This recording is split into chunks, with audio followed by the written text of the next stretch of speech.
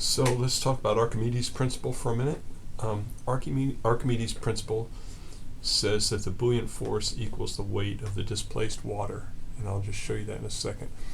Archimedes was given the job by his king, Hieros maybe, to determine whether the king's crown was made of gold.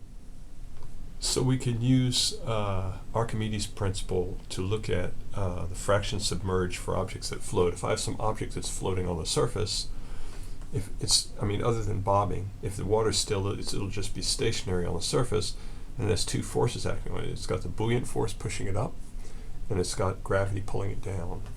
And so if I just use Newton's second law and say the sum of the forces in the y direction, right, if this is my y direction, is equal to mass times the acceleration in the y direction. If it's at rest, that's 0. Then the two forces, the buoyant force minus the weight, is 0, or the buoyant force is equal to the weight.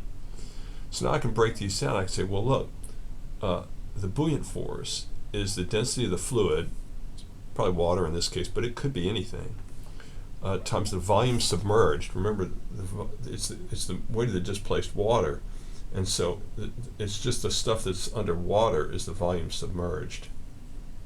It's not the whole volume of the object, right? Times g, that's the weight of the displaced water, right? Equals the weight of the object. Well, that's the density of the object times the volume of the object times gravity, right? And you can see that gravity cancels on both sides, and I get these two things are equal. And so if I divide by the volume of the object on both sides, and I divide by the density of the fluid on both sides, I should call this fluid, because it doesn't have to be water. Most of the time I'm assuming it's water. Then this is the fraction submerged, right? The fraction submerged is the volume submerged divided by the volume of the object. That's just what the fraction submerged is. Well, that's just equal to the density of the object divided by the density of the fluid. And so if you know the two densities, then you know what the fraction submerged is going to be. So for example, the density of ice over the density of water is 920 kilograms per cubic meter over 1,000 kilograms per cubic meter. And so that's 0.92. And so that's the fraction submerged for ice. When you put ice in water, 92% of it is underwater.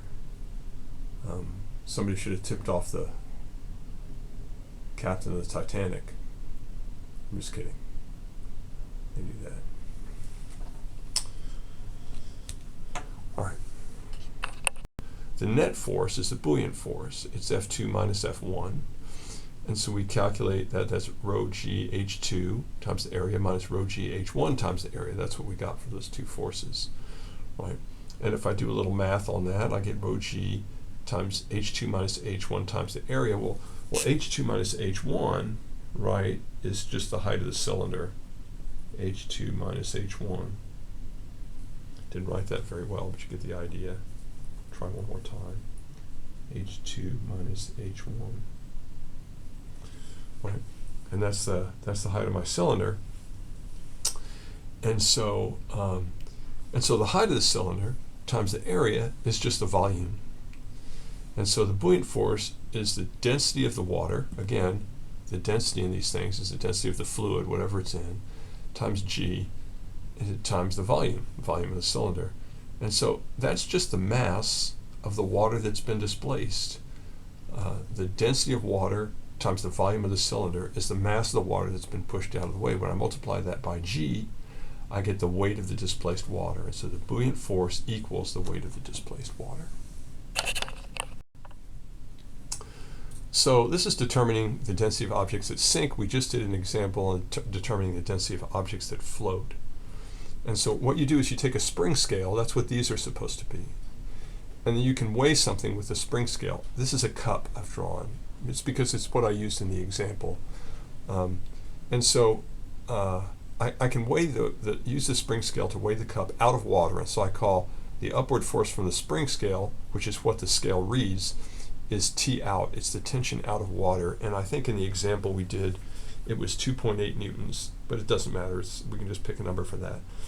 Well, we would read it if we were doing an experiment, right?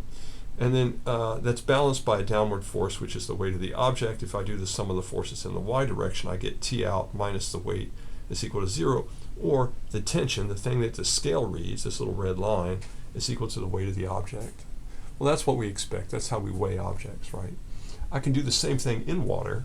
I can say, if I weigh the object in water, if I just take this thing and lower it so that the cup is underwater like I did in the video, you'll notice that the weight reads less. And that's because you're not really weighing it anymore.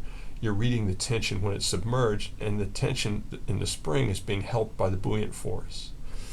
And so if I do some of the forces again here, now I get the tension in water, which is the upward force from the scale, plus the buoyant force, which is helping it, minus the weight, equals 0. And so here, the tension in water is the weight minus the buoyant force. The tension out of water is just the weight. And now I can just do a simple calculation. I can say I'm going to evaluate T out over T out minus Tn, and it's easy because it's just this divided by the difference between these two. So I can evaluate that really easy by weighing something in and out of water, or in and out of any fluid.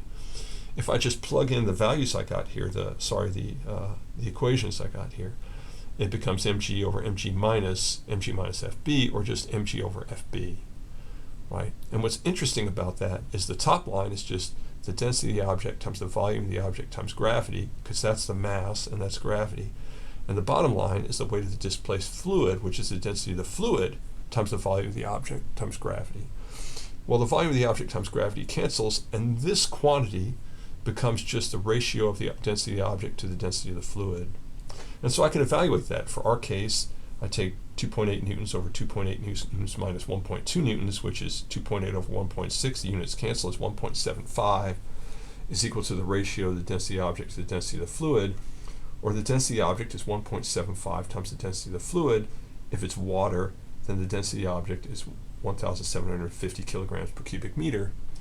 And what's neat about that is that I've taken an oddly shaped object whose density I would have a very difficult time calculating the traditional way, where you do density as mass over volume. I would have to figure out some way to evaluate the volume of this. But I can just do this simple measurement and determine density. And so it's pretty useful.